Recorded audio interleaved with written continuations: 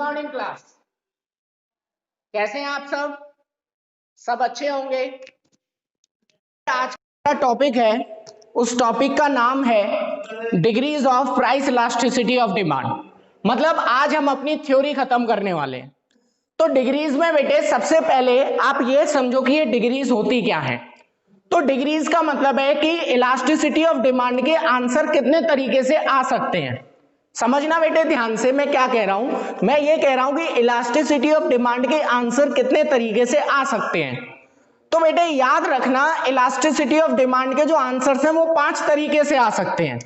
इसका दूसरा नाम होता है बेटे कोफिशिएंट। आप इसको चाहे डिग्रीज कह लो चाहे कोफिशिएंट्स कह लो, एक ही बात होती है बेटे। Coefficients of price elasticity of demand कह लो चाहे degrees of price elasticity of demand कह लो। तो बेटे इसमें 5 आंसर्स आते हैं। सबसे पहला आंसर है परफेक्टली इलास्टिक। क्या होता है बेटे सबसे पहला आंसर?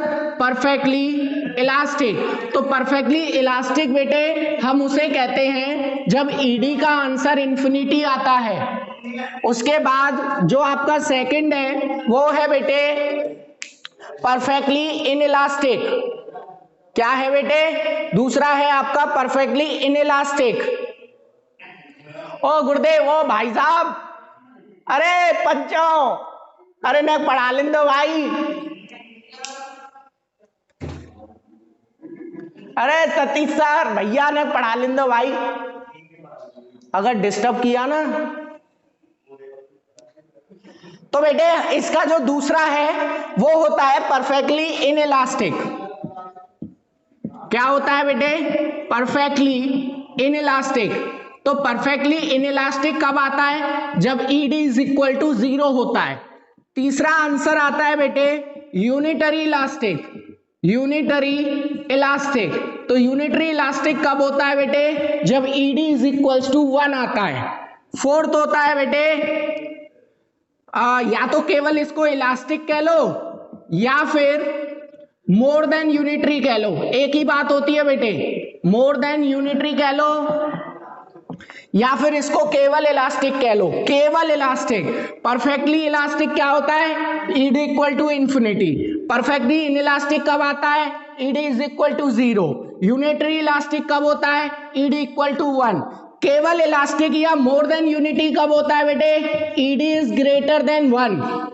और बेटे लास्ट होता है इनइलास्टिक।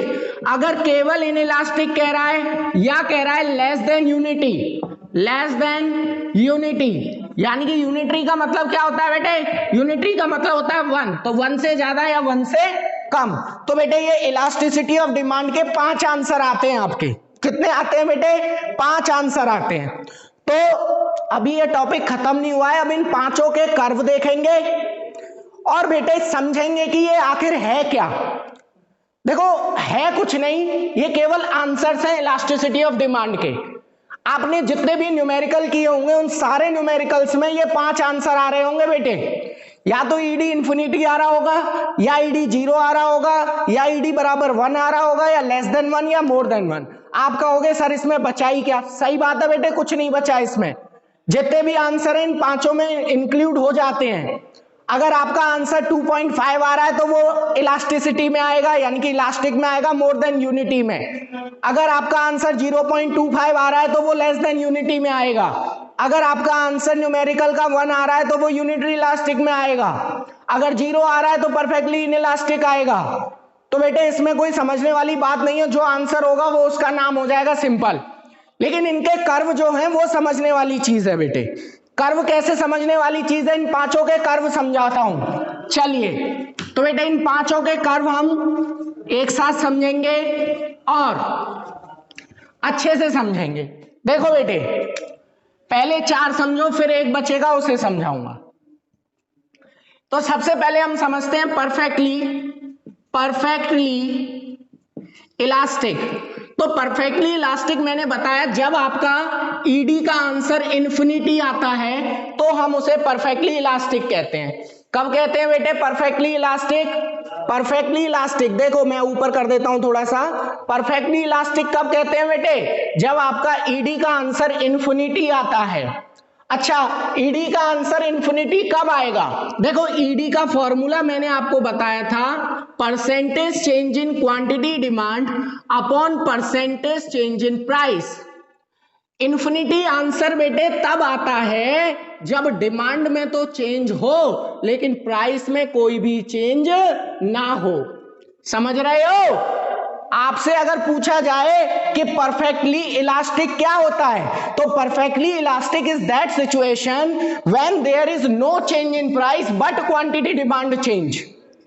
जब प्राइस में कोई चेंज नहीं आए लेकिन क्वांटिटी डिमांड चेंज हो जाए तो हम उसे क्या कहते हैं? परफेक्टली इलास्टिक कहते हैं। अरे बेटे कॉमन सेंस है, इन्फिनिटी आंसर तब आता है जब आप जीरो से किसी में भी डिवाइड देते हो। तो बेटे ये परफेक्टली इलास्टिक होता है। इसकी थ्योरी क्या है? When there is no change in price, no change in price but quantity demand change, तो बेटे आपका आंसर क्या आएगा? परफेक्टली इलास्टिक आएगा। बेटे कर्व कैसे बनेगा? इसका कर्व देखो बेटे, मान लो ये प्राइस ये क्वांटिटी, तो डिमांड कर्व बन रहा था यहां पर। अब वो क्या कह रहा है कि जब प्राइस में कोई भी चेंज ना आए लेकिन क्वांटिटी डिमांड या तो ज्यादा हो जाए या फिर कम हो जाए, यानी कि यहां पर जो डिमांड कर्व बनेगा वो बेटे कैसा बनेगा? पैरेलल टू एक्स एक्सिस बनेगा। बेटे कैसा डिमांड कर्व बनेगा बेटे? Parallel to X axis. Is that clear? तो याद रखना, ये वाले इस तरीके से भी पूछ लेता है बेटे वो कि ऐसा कौन सा डिमांड कर्व है जो एक्स एक्सिस के पैरेलल बनता है। तो बेटे परफेक्टली इलास्टिक का डिमांड कर्व ऐसा है जो एक्स एक्सिस के पैरेलल बनता है। ठीक है, चलिए दूसरा डिमांड कर्व देखते हैं बेटे। दूसरा डिमांड कर्व है आपका परफेक्टली इनइलास्टिक। अरे बेटे परफेक्टली इनइलास्टिक अभी अभी मैंने आपको बताया, परफेक्टली इनइलास्टिक कब होता है? जब ईडी बराबर आपका आंसर जीरो आता है। बेटे कितना आता है? जब ईडी बराबर आपका आंसर जीरो आता है बेटे। तो अब देखो फिर वही बात आ गई, जीरो आंसर कब आएगा? ईडी का फॉर्मूला क्या था? ईडी का फॉर्मूला था percentage change in quantity demand upon percentage change in price. अगर डिमांड में कोई चेंज नहीं है प्राइस चेंज होने के कारण, तो आंसर जीरो आएगा। जैसे कि सॉल्ट के प्राइस कितने भी चेंज हो जाए लेकिन उसकी डिमांड कभी चेंज नहीं होती बेटे। तो सॉल्ट कैसा हुआ बेटे? परफेक्टली इनइलास्टिक हुआ बेटे सॉल्ट, कि प्राइस में कितने भी चेंज आ जाएं लेकिन डिमांड चेंज नहीं होगी उसकी। ठीक है, तो देखो क्या थ्योरी होगी इसकी कि when there is no change in quantity demand because of change in price, price में चेंज होने की वजह से जब डिमांड में कोई भी चेंज नहीं आता। मतलब कैसे सर? समझ में नहीं आया, कर्व बताओ। मान लो ये प्राइस थी, ये क्वांटिटी थी। अगर प्राइस बढ़ जाएगा तो भी यही क्वांटिटी रहेगी और प्राइस घट जाएगा तो भी यही क्वांटिटी रहेगी। समझ रहे हो? यानी कि इसमें डिमांड कर्व कैसा बनता है? Parallel to Y axis, parallel to Y axis. तो बेटे जब डिमांड का पैरेलल टू वाई एक्सिस होता है तब हम उसे परफेक्टली इनइलास्टिक कहते हैं। समझ रहे हो? चलिए आगे चलते हैं। तो बेटे यूनिटरी इलास्टिक कब होगा? अब आप लोग धीरे धीरे इन चीजों को समझ रहे होंगे। यूनिटरी इलास्टिक होगा बेटे जब ईडी बराबर 1 आएगा। अब ईडी बराबर 1 कब आएगा बेटे? ईडी बराबर तब आएगा 1 जब percentage change in quantity demand बराबर होगा परसेंटेज चेंज इन प्राइस के। ये भी 10 ये भी 10, तब आंसर 1 आएगा। समझ रहे हो कि कब आएगा? Percentage change in quantity demand जब बिल्कुल बराबर होगा परसेंटेज चेंज इन प्राइस के, तो आंसर बेटा हमारा यूनिटरी इलास्टिक आएगा। कर्व कैसे बनेगा सर? देखो कर्व का बता देता हूं, कर्व थोड़ा सा समझना ध्यान से। बेटे ये प्राइस था, ये क्वांटिटी थी। अब जितना चेंज प्राइस में, मान लो कि इतना प्राइस कम हुआ, तो बेटे ध्यान से स्केल से इसका और इसका स्पेस सेम होना चाहिए। ये वाला स्पेस और ये वाला स्पेस सेम होना चाहिए, तभी वो यूनिटरी इलास्टिक कहलाएगा। और बेटे ये कर्व कैसा होता है, ये डिमांड कर्व ऐसे बनेगा और ये रेक्टेंगुलर हाइपरबोला होता है बेटे। कैसा होता है? Rectangular hyperbola. अब ये रेक्टेंगुलर हाइपरबोला क्या बवाल है बेटे? रेक्टेंगुलर हाइपरबोला का मतलब होता है कि इस वाले रेक्टेंगल का एरिया और इस वाले रेक्टेंगल का एरिया, दोनों का एरिया बिल्कुल सेम आएगा। समझ रहे हो? इसलिए इसको रेक्टेंगुलर हाइपरबोला कहा जाता है। अब सेम क्यों आएगा बेटे? सिंपल सी बात है, जितना चेंज प्राइस में हो रहा है उतना ही चेंज बेटे क्वांटिटी में हो रहा है। जब दोनों में सेम चेंज आया है तो बताना एरिया चेंज हो जाएगा क्या? नहीं होगा बेटे। ठीक है, तो ये वाला जो यूनिटरी इलास्टिक होता है ये रेक्टेंगुलर हाइपरबोला होता है, हमेशा याद रखना इस बात को। ओके, अब मोर देन यूनिटरी इलास्टिक पर चलते हैं। मैंने अगला क्या बताया था? इलास्टिक कह लो या मोर देन यूनिटरी कह लो, मोर देन यूनिटरी इलास्टिक कह लो।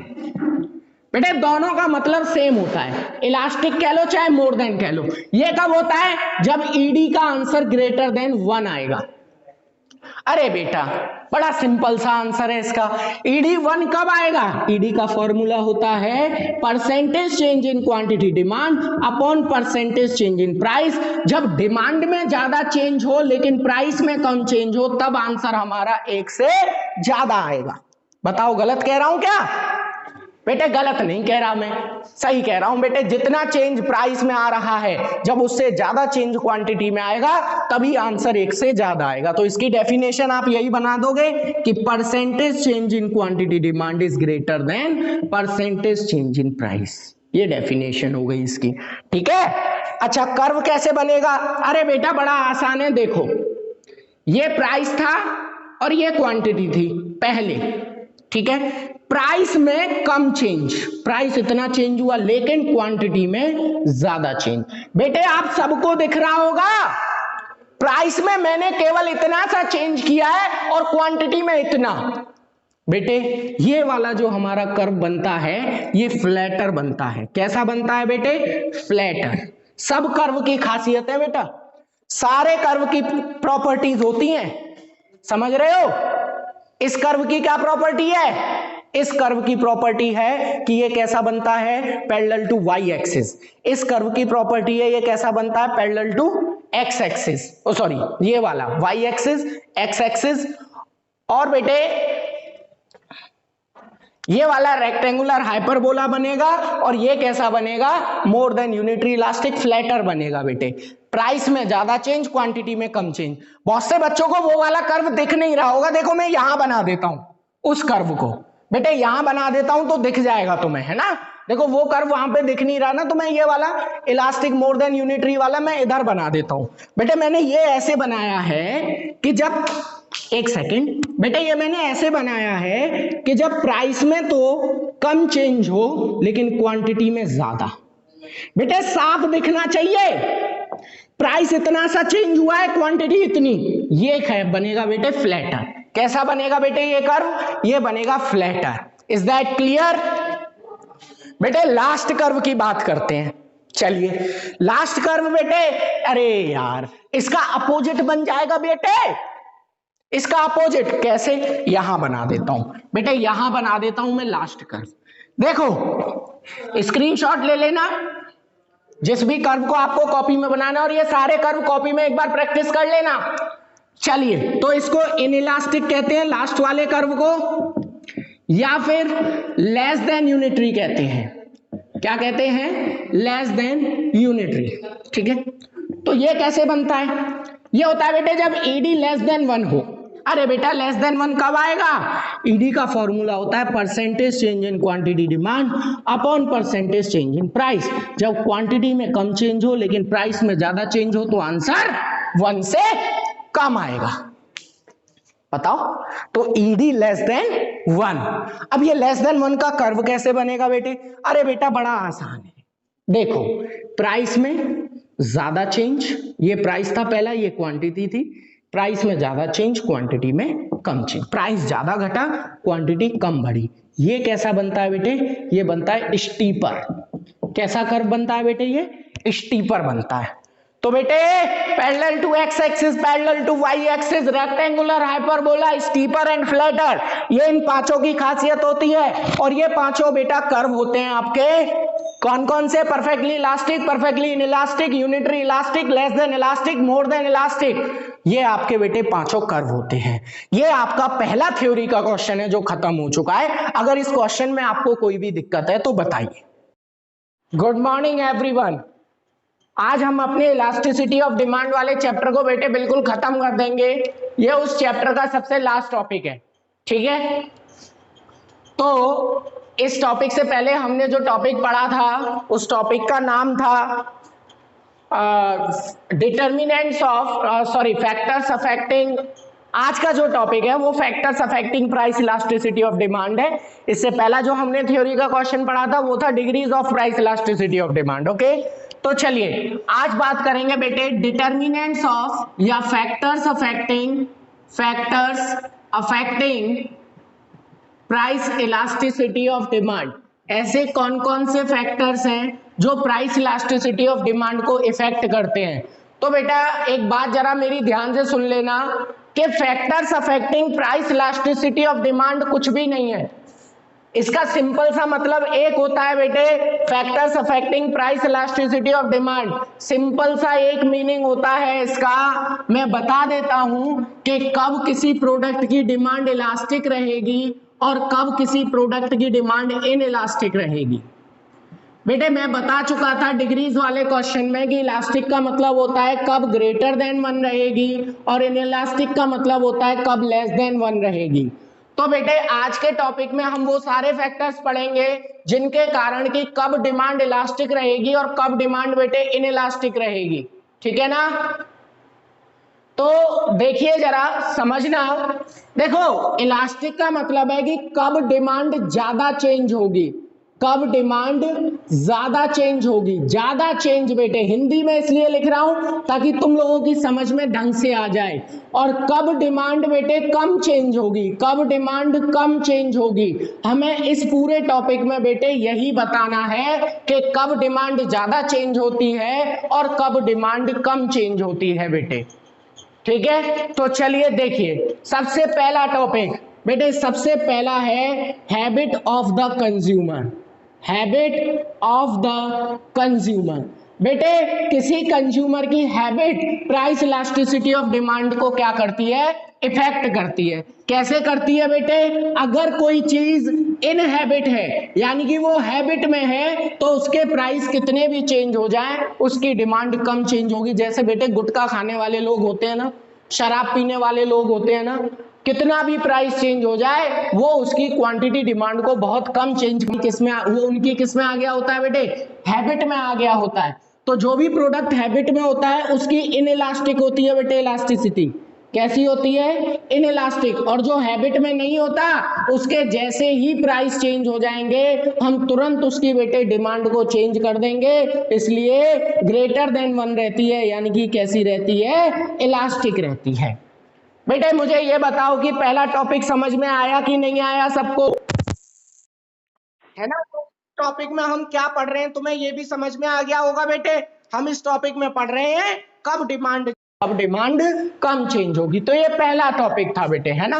दूसरे टॉपिक की तरफ चलते हैं बेटे, habit of the consumer. Habit के बाद है बेटे नेचर ऑफ द कमोडिटी। बेटे दूसरा है नेचर ऑफ द कमोडिटी। अरे बेटे नेचर बताता हूं कैसे। नेचर ऑफ द कमोडिटी, अगर कमोडिटी का नेचर नेसेसरी है, मतलब समझना जरा ध्यान से, अगर वो नेसेसरी गुड है बेटा, कैसा गुड है? नेसेसरी गुड है। तो बेटे जैसे कि नमक बेटे बहुत ज्यादा नेसेसरी होता है, दवाइयां, किताबें, बेटा ये सब नेसेसरी गुड्स होते हैं। इनके प्राइस कितने भी चेंज हो जाएं डिमांड बहुत कम चेंज होती है, इसलिए लेस देन 1 यानी कि इनइलास्टिक रहेगी। लेकिन जो चीज जरूरी नहीं है, नॉट नेसेसरी, अब जो चीज जरूरी नहीं है बेटे उसके प्राइस जैसे ही चेंज होंगे उसकी डिमांड तुरंत ज्यादा चेंज हो जाएगी, इसलिए इसकी डिमांड क्या होती है बेटे? इलास्टिक होती है, यानी कि ईडी इज ग्रेटर देन 1। तो नेसेसरी एंड नॉट नेसेसरी। बेटे मान लो तुम मार्केट गए दूध लेने, ठीक, अब दोनों के प्राइस हाई थे तो तुम क्या लेकर आओगे, दूध या कोल्ड ड्रिंक? ऑब्वियसली तुम दूध लेके आओगे। क्यों? क्योंकि कोल्ड ड्रिंक नेसेसरी नहीं है लेकिन दूध नेसेसरी है। यानी कि आपने काय की डिमांड को चेंज कर दिया, आपने पेप्सी की डिमांड को, कोल्ड ड्रिंक की डिमांड को चेंज कर दिया, लेकिन आपने दूध की डिमांड को चेंज नहीं किया। तो जिसकी डिमांड चेंज नहीं होती है या कम चेंज होती है वो इनइलास्टिक होता है, और जिसकी डिमांड चेंज हो जाती है बेटे वो क्या होता है, आपका इलास्टिक होता है। ठीक है, नेचर ऑफ द कमोडिटी। बेटे थर्ड, चलिए थर्ड क्या है बेटे, तीसरे पॉइंट की तरफ बढ़ेंगे बेटे। थर्ड पॉइंट है आपका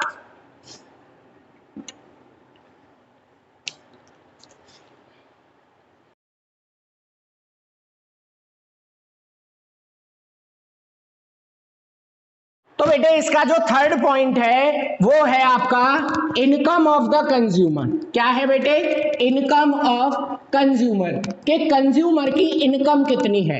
मतलब अगर कंज्यूमर रिच है तो बेटे ज्यादा इनकम है, पुअर है तो बेटे कम इनकम है। अरे तुम सबको पता है अगर रिच है तो कितने भी प्राइस चेंज हो जाएं वो डिमांड को चेंज नहीं करता, इसका मतलब इनइलास्टिक। लेकिन गरीब के लिए तो 2-2 रुपए बहुत मायने रखते हैं, इसलिए थोड़ा सा प्राइस चेंज होने पर भी उसकी डिमांड बहुत ज्यादा चेंज हो जाती है। तो बेटे income of the consumer, rich होगा या पुअर होगा, अगर रिच है तो इनइलास्टिक, पुअर है तो बेटे क्या होगा, इलास्टिक होगा। ठीक है, इसके बाद थर्ड के बाद बेटे फोर्थ पॉइंट, फोर्थ है बेटे आपका number of uses. Number of uses का मतलब है कि आप कितने तरीके से उस गुड को यूज कर सकते हो। जैसे बेटे सॉल्ट और बेटे मिल्क, तुम्हें पता है इन दोनों में क्या अंतर होता है, सॉल्ट और मिल्क में, कि सॉल्ट का केवल एक यूज होता है बेटे, सॉल्ट के कितने यूज होते हैं,